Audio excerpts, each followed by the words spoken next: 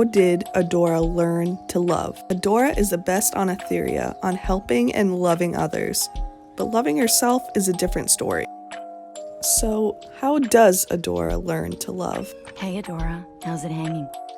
Adora is in a battle between her two responsibilities, one being saving the world, and two being loving her friends and the people around her. Unfortunately, saving the world and her relationship with Catra do not mix well. At least that's what Adora believes. And the divide between the two gets even worse when Shadow Weaver comes into play. Adora, as She-ra, believes that saving the world is the most important thing. Adora, just as Adora, knows how badly she wants to continue her relationship with Catra. Adora's problem is that she cannot combine both together. She is either Adora or She-ra.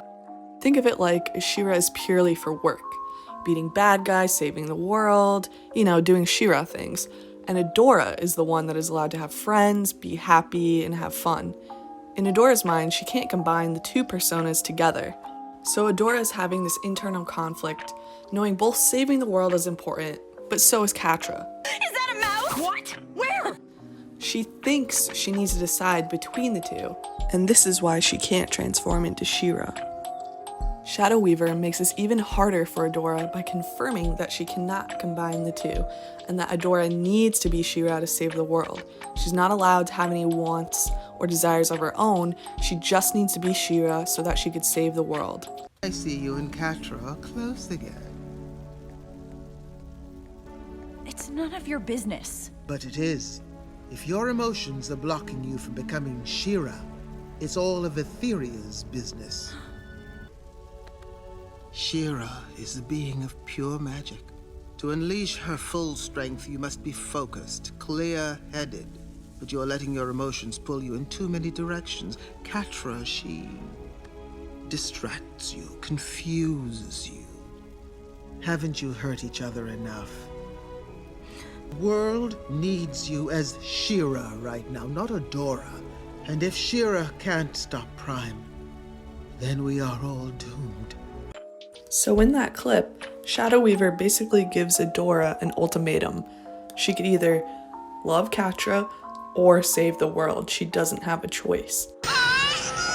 She basically tells Adora that she needs to be She-ra, and anything that Adora wants herself, she cannot have. Why does it have to be Adora? Stop it! I'll do it. We're out of options. This is the only way. So because of Shadow Weaver's influence in the last few clips, Adora has become pretty headstrong on being She-ra. She knows that only she could save the world, and she's okay with that. Catra here is not as effective as influencing her as she's about to be in the clip I'm going to show you next. I'm a distraction, right? Now you can go save the world without having to worry about me confusing you. No, that's not true. Why? Why are you like this? Why do you always have to sacrifice everything for everyone else? When do you get to choose? What do you want, Adora? Catra leaving is so significant to Adora, and it makes her realize how much she really cares about Catra and wants to be with her. So when she leaves and Catra tells her this, she realizes that Catra is an option, but she can't choose her. Adora's internal conflict has now manifested itself into these two characters. They're basically portraying each side of the conflict.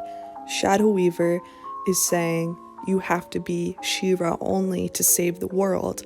And Catra is saying, you need to be Adora only and be with me and do what makes you happy.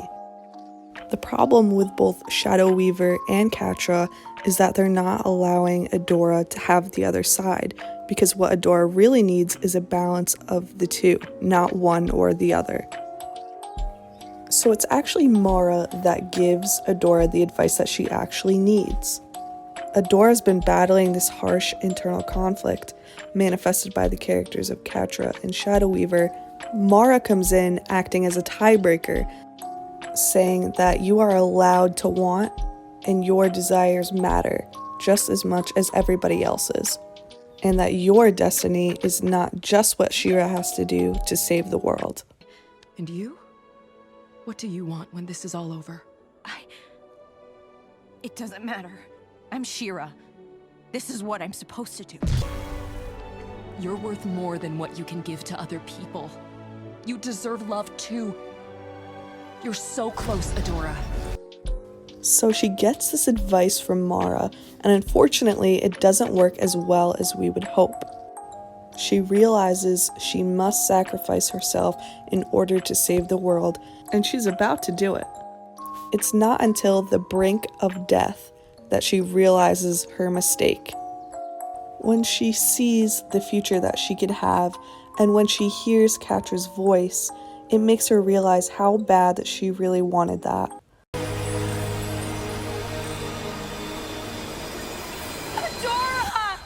And for the first time in the show, she actually allows herself to want it, and you could see that by her reaching out to Catra. And it's by her allowing herself to want that and to reach for it. It's what ultimately allows her to save the world. Not only save the world, but more importantly, she's able to mend that internal conflict in herself. In this moment, Adora allowed herself to want something, and she never really had been able to do that before. Adora realized the power and importance of self-love in this moment.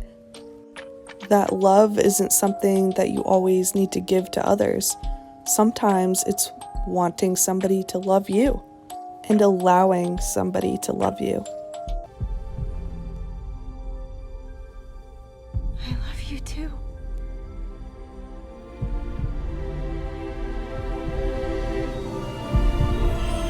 Being She-ra means you're giving a lot of yourself to others. And because that's how Adora was raised, that's all she knows, how to give to others. And now finally we see Adora realizing that it's okay to want something that makes her happy, and that wanting love is not selfish. She can be She-ra while also wanting things for herself.